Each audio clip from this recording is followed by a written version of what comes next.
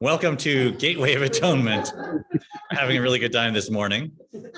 This is a beautiful class where we are looking at the deepest way of returning to God, the deepest way of returning to our own essence. We're in chapter 4 of Igeres Tshuva, Gateway of Atonement, if you like. And we're looking at in this chapter the definition of tshuva according to mysticism, which is tashuv hey, which, as we said, is the hey returns, and that is the hey of the 4-letter name of God. And we said to look at that, we have to understand what kares means, what being cut off from God means. And so we're exploring how the 4-letter name of God reflects directly in us. And by exploring that, we'll understand by the end of this chapter what it means when we are, so to speak, cut off from God, which will change how we view a sin ultimately, change how we view any counterproductive behavior, because we'll understand it's not just a little record when I've got an X on it that I got to erase. It really is cutting myself off from my essence. And the Alter Rebbe said on page 214, the key is found in the phrase, Ki chelek Hashem amo, that God's people are a part of God.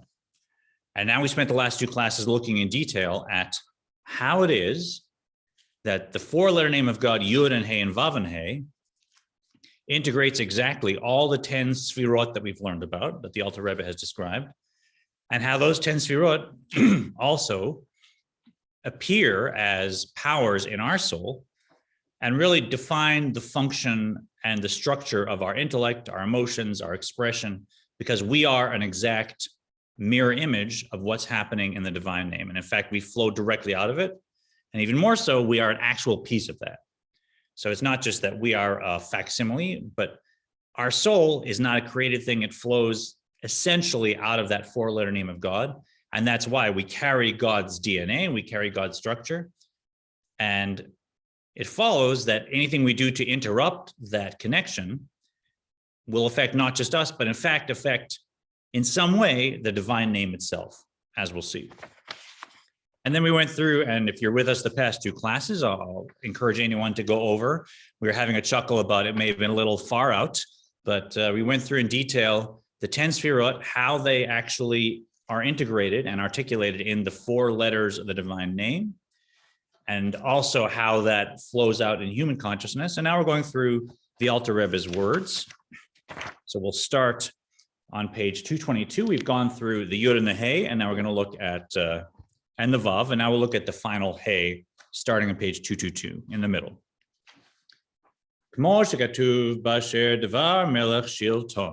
Let's go to Linda, if you'll unmute. Is it for his attribute? This attribute of sovereignty. Okay, for his attribute of sovereignty is called the word of God, and speech is not one of the midot, the spiritual emotive attributes. And let's do 2 more. Go ahead. As in the verse, wherever the word of the king holds sway, this attribute of sovereignty is contained and represented in the final hey of the tetragrammaton in the following manner. So we're talking now about God's speech. We know that speech for God is not like ours. We're not meant to imagine some giant being out in space that speaks powerfully and we're just so terrified we must listen. That's silly, obviously. However, everything about our physical speech is somehow an analogy to try and explain something much, much loftier that's happening. And it has to do with expressing something that is hidden and making it revealed. It has to do with relating to another outside myself.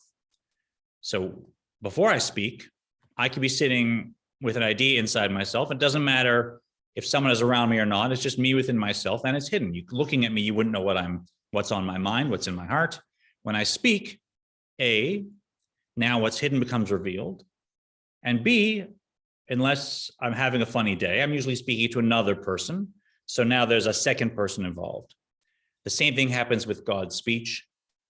everything is hidden within God's unity because there's no parts. So if you could peer at God's unity, that light, there's nothing there. It's all, so to speak, hidden. Every potential is not separate existing on its own. It's just within that one unified infinity.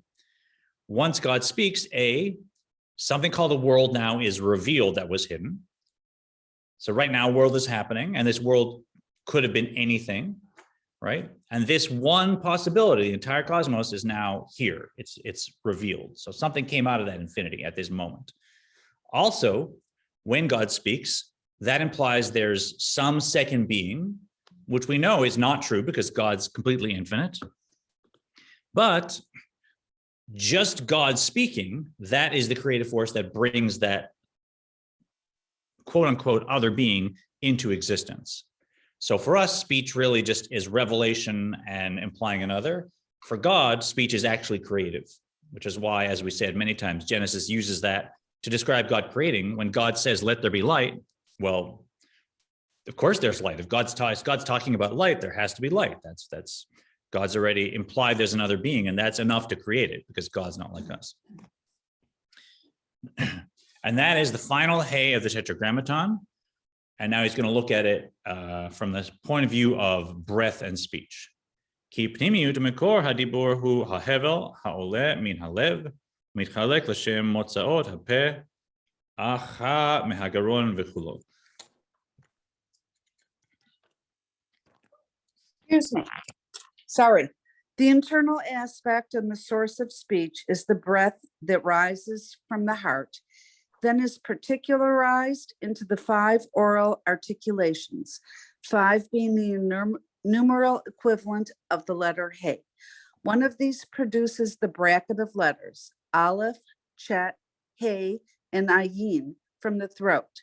Another produces the bracket of letters Beit, Vav, Mem, and Pei from the lips, and so on. So we talked about how all these aspects of what's happening in the Tetragrammaton are reflected completely in every letter, no matter what angle you look from. And that is because it is, sometimes we think of the Hebrew letters like a random alphabet that just got created over time. And if so, these would be kind of poetical links we're finding, but you know, how rigorous a connection really is this? But Kabbalah sees the Hebrew alphabet as a living organism, like Torah, like the cosmos. Everything is a living organism. Now, if I were to look inside the cells of a living organism, I would not be confused at all to see that systems interact with each other and are designed to feed each other, are designed to help each other, and the whole thing has miraculous coordination. In fact, I'd be surprised to find something in an organism that was just randomly not working with the rest of the organism. I'd assume that it's levels and levels of complexity where everything is working together. So if you start to look at the Hebrew alphabet like the living organism that it is by Kabbalah, now we're really exploring how the letters are interacting as creative forces, and whether it's the number value of the letter, the name, the sound, the shape, it all, of course, works for the function of that letter. It all locks together. It's a difficult leap to make as a Western person because we're so used to thinking of Hebrew as just like every other language. But if you go deep, you eventually become convinced that there really is not an end to the specific complexity and integration of all the functions of the letters. So here we're talking about the He. Have the Hebrew letters stayed constant over time? No, the letters originally, historically, was a different alphabet, right? But same thing with any being. A being will start as one thing and then go through phases of development and then finally have its full form. So that doesn't bother me that, you know, these letters weren't part of our actual conscious tradition several thousand years ago. Because when the letters started to be formed, they looked like what they were. Like the olive looked like the horns of the animal and so on. And so that really ties it to the organic thing that it was. And Yeah. A lot of the letters are like that. If you look at the chart of the development of letters, Yeah, I haven't gone back and looked at how it connects with the earlier yeah. alphabets. I'd be curious to see. I got the chart. Yeah, but often people say, well, hold on, these letters were developed at a certain time. The original letters were different. So it couldn't be that these are the original letters, but these letters could exist in the abstract for the creation of the universe and then only be manifest and revealed to us later on. And they could have been manifest via this other alphabet. Like when you're looking at Kabbalah, you don't really ask those questions. That's the honest. Like if the Arizal says so, and you're receiving Kabbalah from reading the Arizal, you got to kind of go with it because your conscious mind will always find, well, hold on, what if none of this is true? Like I can always say that, and you can always make an argument. But if you do, you're limited to what your brain can figure out. And that is definitely not anything to do with the Ein Sof. I'm not arguing. Yeah, I'm a little defensive, I'll admit. Yeah. Yeah. So is the alphabet became before creation? The alphabet precedes creation. The alphabet is, Torah. yeah. Well, yeah, the Torah is connected to the alphabet. It's expressed in the alphabet. And the alphabet was God's channel of creation, which God looked into to create the universe. So like the Torah, the alphabet in this sense precedes everything here, right? So these are cosmic creative forces. And yes, they come down and we can write them on pages, but it's all still connected. So going back to the hay, we said, we're talking about breath, and the sound of a hay is breath. We pointed out that there are 5 openings through which we shape sound, right? There's the throat, which goes ah. There's the palate, which goes ya. There's a tongue, which goes la. There's the teeth that go cha. And there's the lips that go ba. So I have those 5 openings that I'm using to shape sound, and that is the value of hay.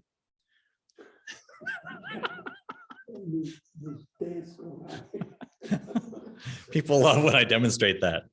It's my thing. I don't know anybody else that demonstrates it like that. Can you repeat when people in the room say things because we can't hear it? Can't hear it all? Here, we'll have to, they're just basically teasing me. There's nothing of content going on off the screen today. No, I meant before that, when you were giving explanations, we have no idea what the question was or what. Thank you. The question was, but did these Hebrew letters, was that originally the same alphabet? Were they always the same Hebrew letters? The answer was no, there is a previous alphabet. So that was the one discussion point. The rest was sort of how funny I seemed while demonstrating how the voice works. In particular, Vegam havaracha he hi b'chinat hevel levad, kmo shnikret ata kalila delete ba mishasha. Let's go with Mindy, if you would.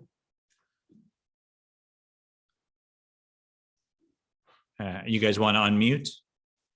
Yeah, okay. Okay, I'll be Mindy today. Okay. In particular? Yes.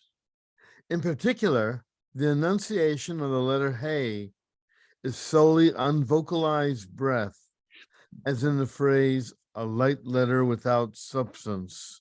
Right. So he's saying hey itself is basically just no vocalization. Your throat's not involved. None of your organs of articulation are involved. It's just the sound of the breath.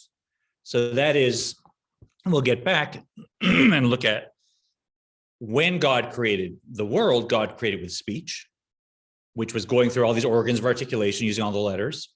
When God blew our soul into us, that was just breath. So that's the pneumius, that's the essence, that's the inner core of God's creative force. That's the breath, and that's our soul. Whereas speech, that's the chitzonius, that's the outside of God's creative force, and that's how the rest of the world is created. So when I look around, I see God's speech. It looks like physical world. When I look inside, if I look deep enough, if I'm sensing my body, perhaps I'm sensing just God's speech, and we'll learn that there's levels in God's speech as well. But when I look deep enough into my soul, hi guys, how are you? I think your class is a different door though. Hi, sweetie. Are you playing hide and seek? Where are you coming? Hi, guys. It's so good to see you. Hi. Oh. Bye. Bye. Would you? Thank you. Good. Come on, I'll take you. I think we all recognize, we had a visitor, that was definitely God's essence, right? Yeah. So a human soul, a beautiful, wonderful young person, that is not God's speech, which is the external of God's creative force. That is the essence. That's the breath itself. Thank you, Eleanor.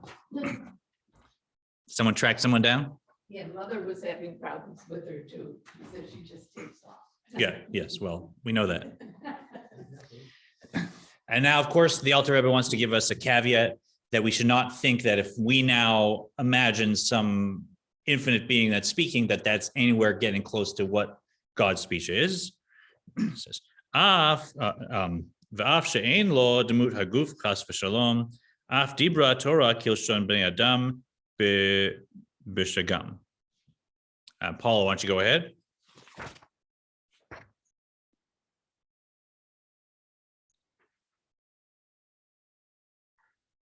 And right to the bottom of the page. Well, moreover is part of the next paragraph, but go ahead. Okay. Moreover, there is yet another reason why. We're at now he has What am I? 3 up. I'm sorry, then I'm lost. Same page, but now he has no. As- Page 223, third Right. chunk from the bottom, 223. Oh, now he has no corporal form? Hmm. Is that right? Yes. Now he has no corporeal form, God forbid. How then can one differentiate above between those letters that possess substance and those that do not? And go on. Nevertheless, the Torah speaks as in the language of men. So this is a very common way of explaining this, that when the Torah says God's right arm, when the Torah says God's speaking, etc., when the Torah says God turns God's face, we're not here in Titans of the Universe or something. This is all something well above any phenomenon we can connect to or understand, but the Torah is lowering it down to speak our language, so we at least have something we can hold on to and grasp. But this is our language, nothing to do with the phenomenon that it is referring to. And that's the essence of Kabbalah, right? Kabbalah means correspondences. So the whole point of Kabbalah is to create correspondences we can deal with that in some way match what's happening with the Ein Sof. And then we get like an inner sense of what's going on, and we can connect and contact, but we always want to keep in mind the correspondence that we are using to relate to it is not the thing. The map is not the territory here. So always clear about that. Can I show you this? Yes. I sent it to you on your email. So here's the Aleph on this end, and you can see the development of it. Starts with the I've seen. So just to share, we're looking at the chart of, there's the cameras there. It's not getting it. Yeah, there's great online tools, of course. Yeah, wonderful. Yeah. And b'shagam devar Hashem chaf bet otiot hamit chalkot lehe chelkei hamotzaot uvahem nivra kol hayitzur. So Dan, why don't you go ahead? Where are we done? Moreover? Yeah. Moreover, there, there is yet another reason why this analogy is apt. Notwithstanding the fact that God has no corporeal form, the God's speech as well consists, as it were, of 22 letters that separate into the 5 articulations that produce the divine speech from which all beings were created. Are you guys able to hear that online? Not really. Let me redo that. Moreover, for God's speech as well consists, as it were, of 22 letters that separate into the 5 articulations from which all beings were created. So we could certainly take a full year or more and go through every letter and study that letter in terms of its shape, its name, its sound, on the level of worlds, souls, divinity. There's many ways to break it up, and you could just keep going deeper and deeper, and the final letters and everything else, and then you get into the dots and the vowels, and those jump in too, and it's really an entire world of beauty and complexity. But for today, just rest assured, each one of these letters is just as specific. And when God is speaking, so to speak, that is an infinite creative force that is channeling these 22 functions and subfunctions that are cosmic forces that function to create the world in a very elaborate system. If you look at Shari Chavdemana, another section in the Tanya, he goes deeper into how it works and how letters. We're going to pause for a fire alarm. I'm going to mute the screen. So if you're with us, this will be 30 seconds only for discussion. Or here he says, if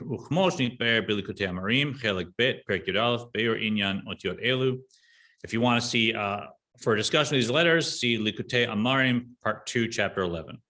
So we keep passing by these massive, massive topics that the Alter Rebbe is just alluding to.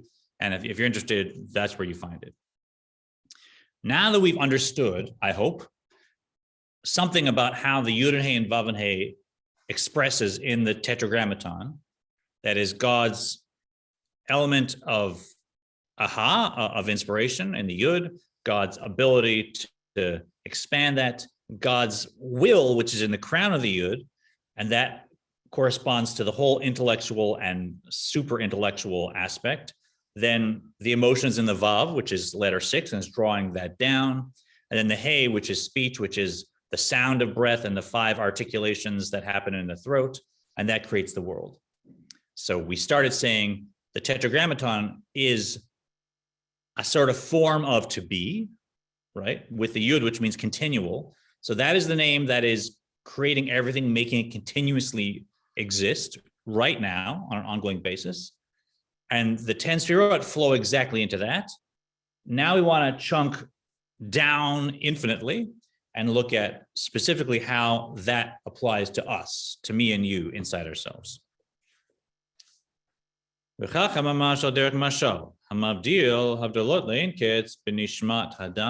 you want to sneak around and speak into the mic if we're going to read, because they're having, yeah. Analogously.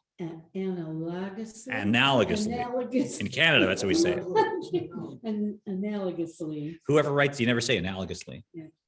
Exactly the same applies to the soul of man. Again, keeping in mind that the infinite separation between the creator and the created soul. All right, one more. Shehi b'china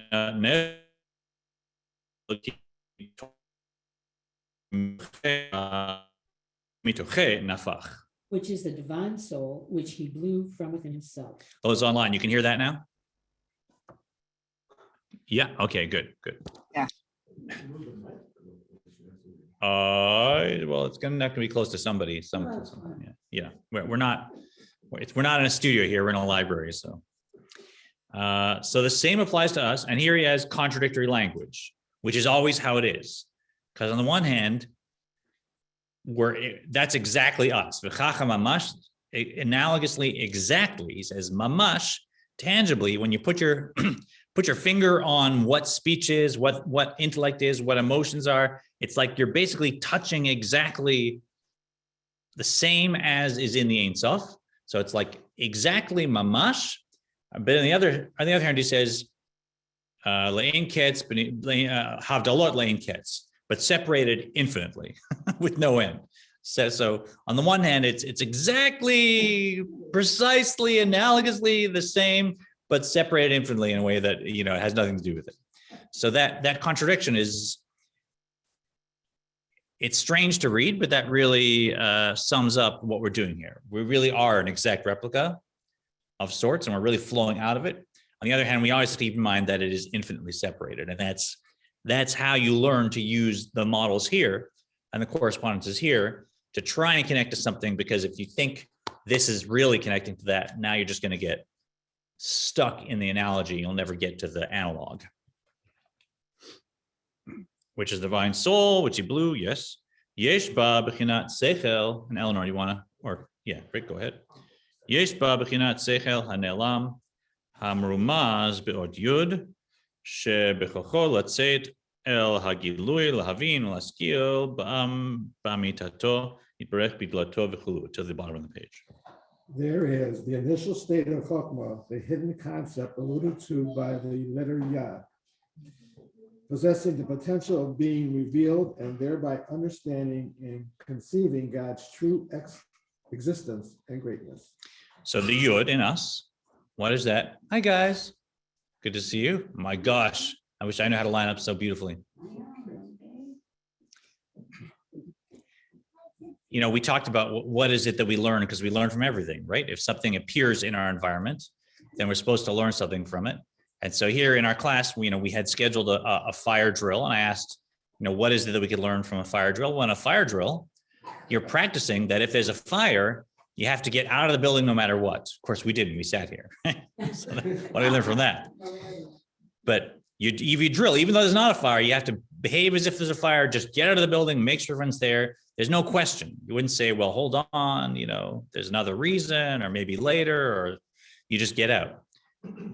And yet, if there's a spiritual emergency, a spiritual fire, and we're in this building, so to speak, of our life and our habits, there, I wonder how prone we are to say, well, hold on, if I realize there's a problem spiritually, I'm just going to get out of that. I'm not going to stay there. I'm going to function well. And when that alarm rings, when I realize this is a problem for me, this is blocking me from my connection to God, I don't just get out of the building and make sure everybody's safe. Typically, I say, that's a little too hard for me, or maybe next year, or, let me do a little, or I'll walk down the hall, but I want to go out of the building.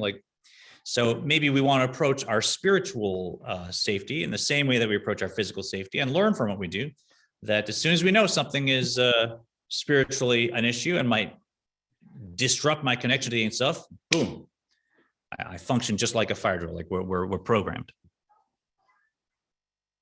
Maybe. They're in a great mood here. Right? So the Yud is the potential of any point of understanding. And now let me make something clear. We're talking about the divine soul still. So the Yud Hey and Vav and Hey, as expressed in us, that is the divine soul's intellect, the divine soul's emotions, right? So if I'm thinking, how can I cheat my business partner out of money? That's not the Yud we're talking about. That's the intellect of the animal soul. Right? So if we're talking about us being a reflection of God, this is only about when I'm thinking of helping the world, helping someone else, or helping myself so that I can be a better person. Or even more succinctly, when I'm thinking a thought of Torah, thinking about understanding God, thinking about doing a mitzvah and how I can do it, thinking about being a good Jewish person here at Temple, that is the Yud of the divine soul. So everything we're talking about here, it is when I am, as we are now, learning Torah, or trying to help someone, or preparing to learn Torah, or preparing to help someone. Is that clear enough? And what is that Yud? That is, as we said, imagine the set of things of anything that could occur to me. Right? It's a pretty big set, right? Woof. Anything that could occur to me of any category, any dimension, with any sort of emotional baggage, or any, whatever it is, right? Could occur to me to have a cup of coffee. It could occur to me to try and make humanity a multi-planetary civilization, right? Anything could occur to me. That set is not here. That set is not revealed right now. When I have a spark of chokhmah, that means I took some point from that infinite set of anything that could occur to me, and I now pulled that point out, so that now it's outside of the set of things. Let's redefine the set, okay?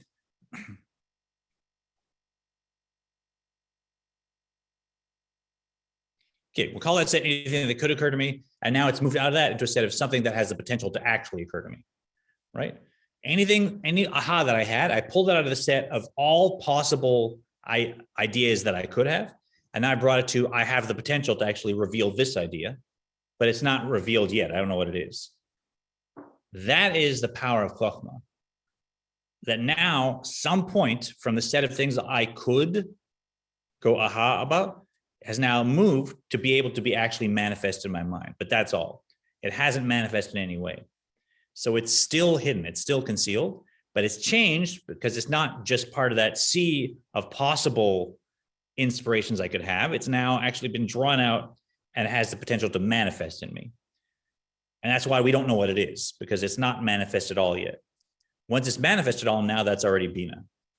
So that's why Chokhmah is a point, and it's this explosive point with a little bright poof of light that seems to come out of nothingness, because that set of everything that could possibly occur to me, that just appears as darkness, that's hidden. I see you're furrowing your eyebrows. Is there something here that's, no? No, just Okay, trying to process it. thank you. Trying to process, he says. It's for the Canadian teacher. I'm waiting for my start. Yeah. So that is Chokhmah, right? We think of Chokhmah as, I had an aha moment. We think of Chokhmah as, okay, this idea that I now have in my mind, where to come from? It seems to come from like a point, but I'm trying to express where that point comes from, which is really the infinite set or sea of anything that could occur to my mind. My mind is searching around for the next most important, most relevant insight to have. That's wisdom, that's Chokhmah. And from that infinite potential, my ability of Chokhmah fishes for that next point and brings it to give it the ability to manifest. But if it's Chokhmah, it hasn't manifested all yet. It's just a point with the ability to manifest. That's the Yud. That's the beginning of our own intelligence. Still no. No, I think of it more of a Bina moment when it comes out. It hasn't come out. That's what. But you said it already came out. Potential. Yeah. So it came. I don't know how to define this. There's how many things are there right now that are not occurring to you? Infinite. So of that set of things that are not occurring to me, let's call it that, right? None of them are occurring to me. They're just hidden. And I could try and imagine how many there are. It's impossible, right? Like so there's a sea of things that are not occurring to me. Of that, I'm taking one point of something that isn't occurring to me, and Chokhmah draws it out so that it can occur to me. Can we say it that way? Is that clear? Yeah, I knew there was something wrong with how I was saying it, right? So that it can occur to you. Yeah. So these But it hasn't occurred to you yet. exactly. It can occur to you. It just now can occur to me. So there's like So that makes more sense. something changed where I know now something that had never occurred to me or hasn't occurred to me now can occur to me, and I'm aware of it, but it hasn't yet occurred to me. That's Bina already. That's what I was trying to say. Thank you. Thank you. Your disapproval of my definition helped refine that. So I appreciate it. Now let's go to the Hey. I have a question on that. Okay. Can you? Yes, I'll repeat the question. Okay, is it God's will or my will that brings it to Chokhmah? Eleanor, that's not a question on this. That's a question on everything. The question was, is that God's will or my will that point of Chokhmah occurs to me? Can I give that one a pass? Okay, I mean, we have an answer from Kabbalah, but that's, yeah, okay. I have a way of doing that. yeah. So we're just defining. We don't want to chunk up to like why, the big why, right? It's both, obviously. It's both, because God says everything is preordained, but you also have free will. So it's both. How it is a conversation. Now I forgot where we were in each person. Yeah. Kol chad. Eleanor, do you want to come around so we can hear you on the mic? Do you feel like it? Yes, so it's in each person? Yeah. Kol chad v'chad. Lefum shira delay lefi rochav sichlo uvinato. Ufi Hashem amik sichlo umarchik dato uvinato litbonen bigdulato yitbarech.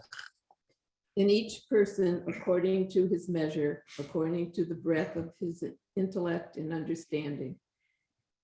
As man. As a man deepens his intelligence, as he broadens his mind and comprehension to contemplate God's greatness. And so this is still the Yud.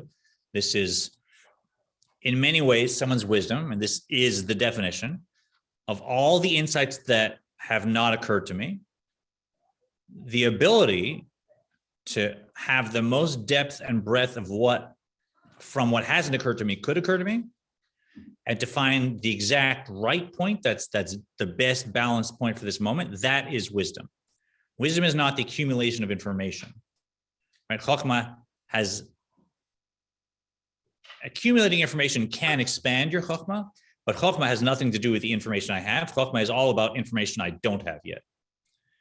So someone who is wise is someone you can go to and say, here's what's happening. This is how I feel. This is what they said. This is what is happening now. And they think about it and they're like, okay, what that hasn't occurred to anyone here is the point the wise point to bring out. And based on, as the author says, the breadth of your intellect and understanding, well, he did bring in Bina, so it does include Bina here, but we're moving to Bina. And now let's talk about the Hey. Azai merumezet binato be'ot Hey sheyesh la rochav. And let's go back to Linda. His now developed understanding, the faculty of Bina, is alluded to by the letter Hey, that has breadth, indicating the breadth of his understanding. Let's do the rest of the page. V'gam orech hamoreh al ha'hamshacha milmala lamata. Go ahead, Is Linda. now Let's Hey go to the bottom of the page. The Hey also has length to indicate downward extension. V'holid mibinato v'hitbonuto b'gdulat Hashem ahava v'yira v'toldotehen. You can go ahead at the bottom of the page.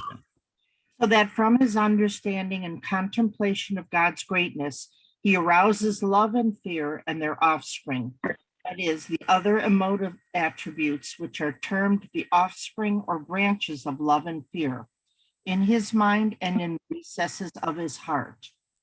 Great. Great. And then Susan, you'll go next. So this is now the Hey. The Hey in us has to do not with that point that we've drawn out of things that have not occurred to us, and now something that can occur to us, but hasn't yet. That's Chokhmah. Now, as soon as it's occurred to me, as soon as I say, now I know what that point is, I know anything about it, anything at all, right? So it's very subtle, but there really is a point where Chokhmah, that spark appears, and I know nothing about it. That's actual Chokhmah. As soon as I start to realize that's Bina, and the more and more I realize, the more it's the depth of Bina. And now Bina, which is the Hey, as we said, takes that spark and is stretching it out, literally like a Hey, giving it breadth and depth. That is the first Hey. That's the question, is that the first Hey? This is the first Hey of our intellect, right? The second Hey is our, we'll define them differently, but the second Hey is definitely our action or our speech. But it takes that point of Chokhmah and stretches it out so it's now a line. Oh, I see it. Stretches it out so it's now a plane. Oh, now I really see it. Stretches out in the third dimension so it's got actual space. And now I'm looking at an animated idea that's crystallized, that's got details, not just the point that I drawn out, but the contents of the point. And that is the function of Bina. Bina is the womb that the spark enters into so that the spark opens up and you get to see the details. And we're all very familiar with this. This is the workings of intellect. We're all very familiar. And if you look at how your mind works, you'll see it's realization and then expansion of that realization. And then we now move to the next aspect of our consciousness, emotions. That will determine whether the thing remains just an intellectual idea or actually I start to integrate it because I feel something about it.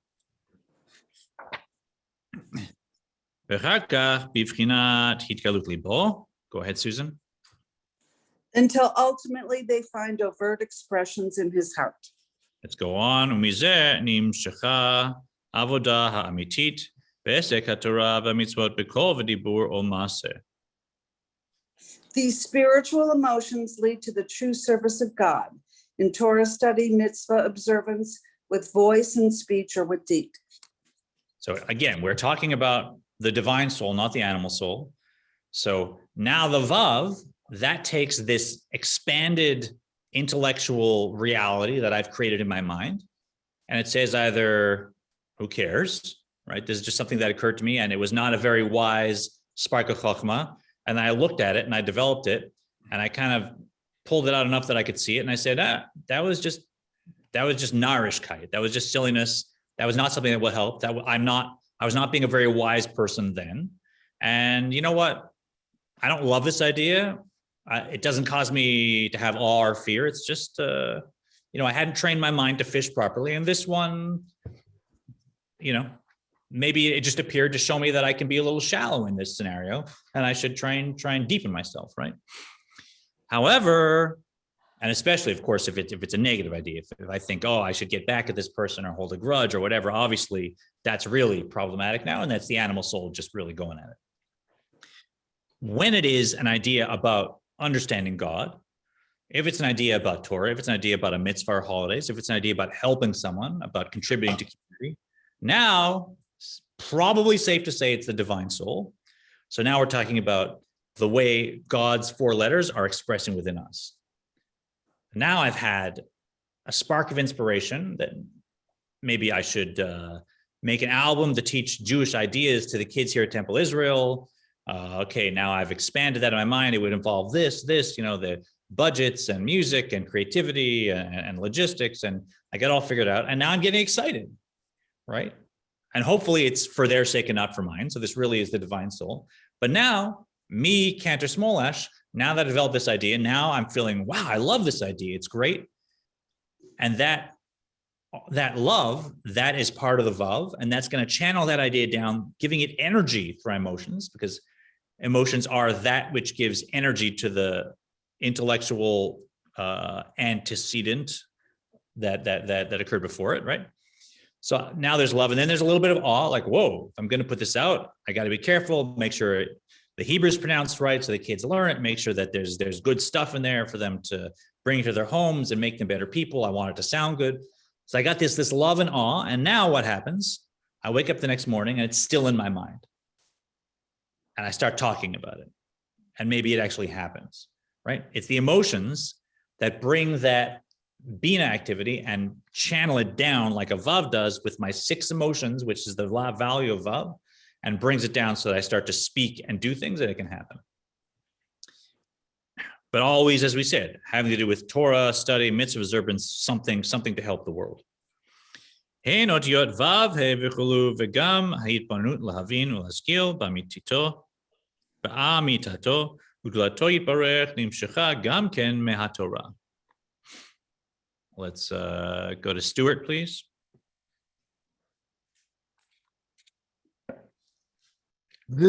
Sorry.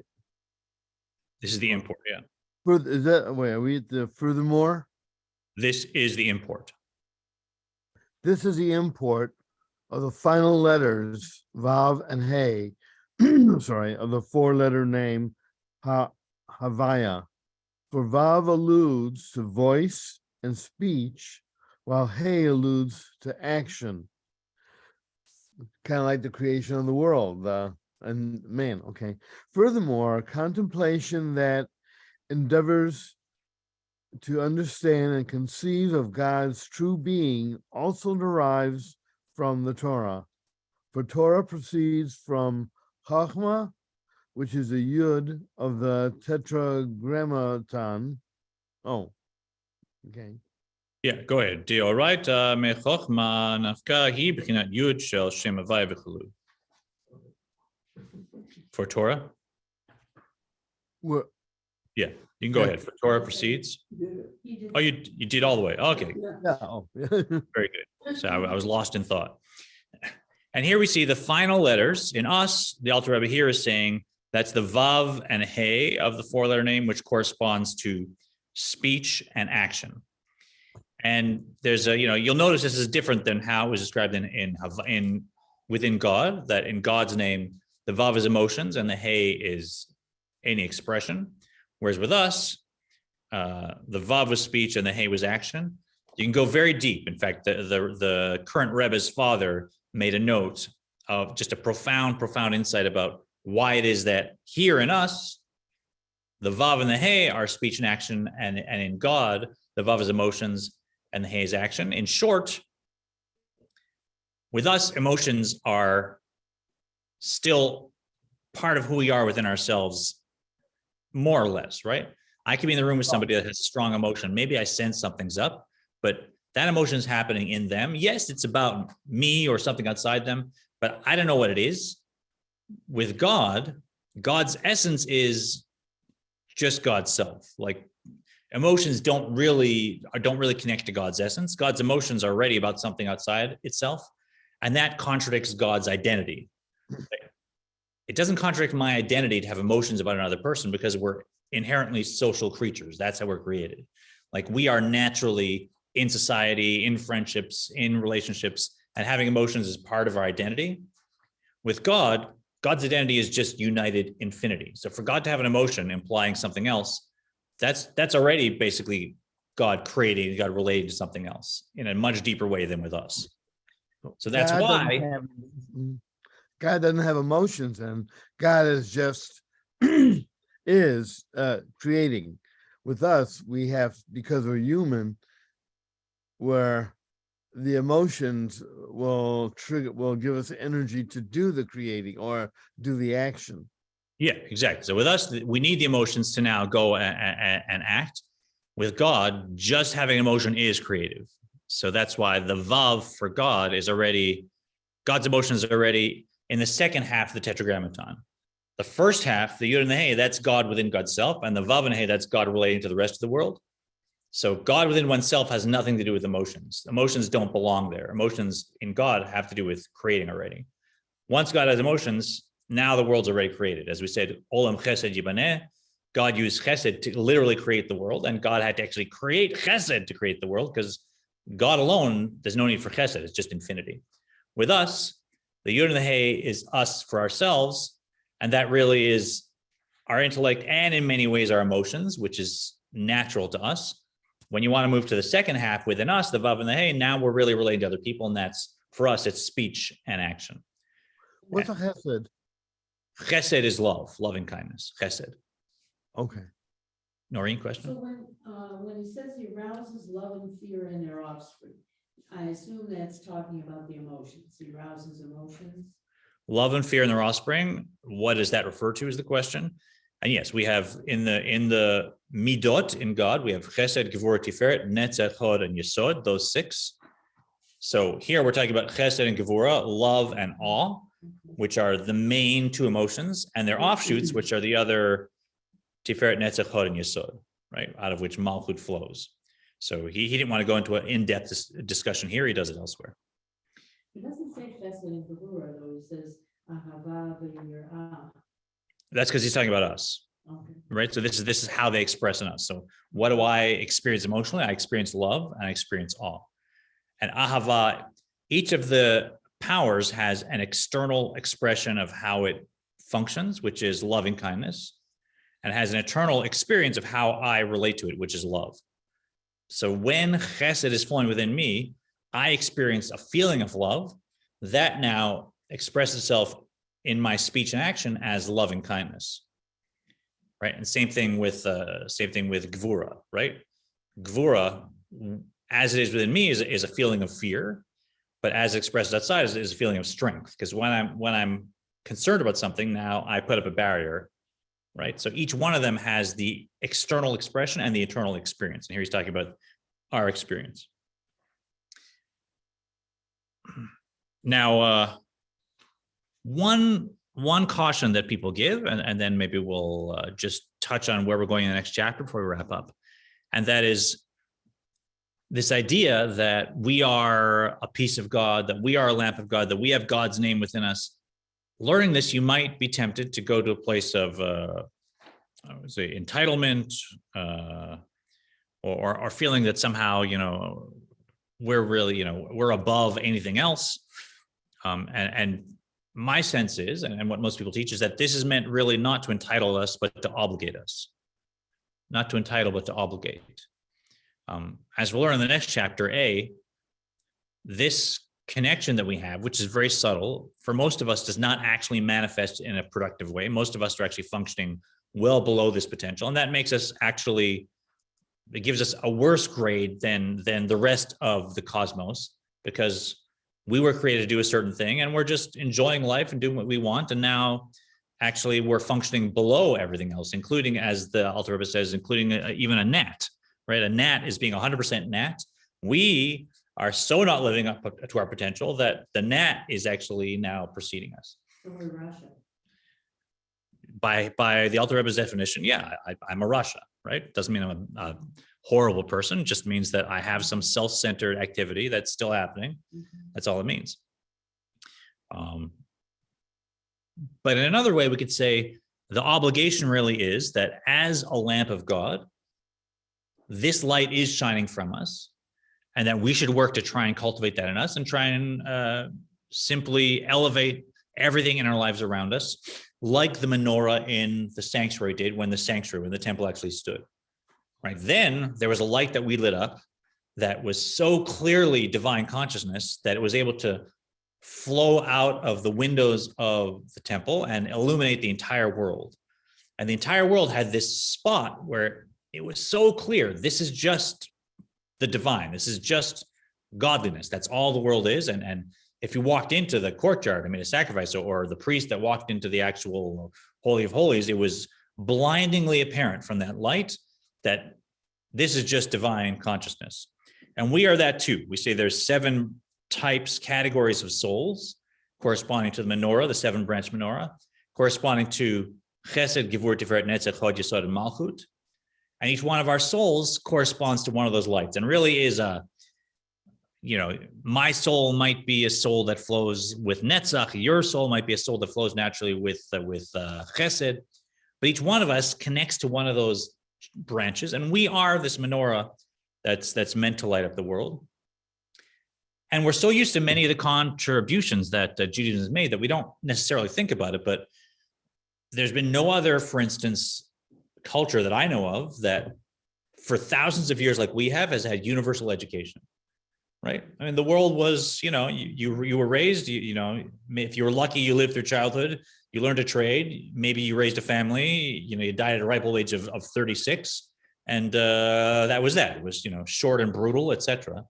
And all that time, the Jews were saying, and you have to learn how to read and learn how to think and learn texts and learn this. Of course, that's just part of life. Every child, unless we're in such poverty that it's impossible, every child has to be educated, right? And now universal education is just everything, right? Started by one of the wives of the Maccabees kings. Good. Yeah. She brought it in. Good. So here's something that we take for granted, that every country aspires to have universal education. Where'd they get it from, right? And also monotheism, this idea that God is this unified source, and just civility, just being nice as an aim. There were times when really being strong was the epitome, right? I mean, a champion, they did what they did and get out of their way, basically, right? And the idea that society should function, that we should have courts and we should have justice and we should have, helping charities, like so much of this now is part of certainly American and Western and the world culture. And where does it come from? Yeah, we so accept it now that we don't stop and think of what this has brought to the world as a light. But again, this is now our obligation, right? It's if I'm not really rising to the occasion here and I'm not really thinking about the other person, putting them first, that doesn't make me better than them. Believe me, it puts me much lower than them and lower than every created thing. So we want to really take this as, if you will, more as a yoke than as a crown, because it's an obligation. But it is incredible what Judaism has brought, what this text, what Torah has brought, and each one of us has to share with everything and everyone in our environment around us. So we're a light to the nations. A light to the nations, God willing. God willing. And now in chapter 5, next week, come back and we will talk about not just how the soul is connected to the name of Vaya, but how that final hay is the delivery system and the levels of that. And we'll start to look at, as we said, what happens when we disrupt that connection that we've now learned about. Heavy duty stuff. Thanks for joining us. I hope that you'll be here in the future. It's been a pleasure learning with you. And we'll see you next time at Gateway of Atonement.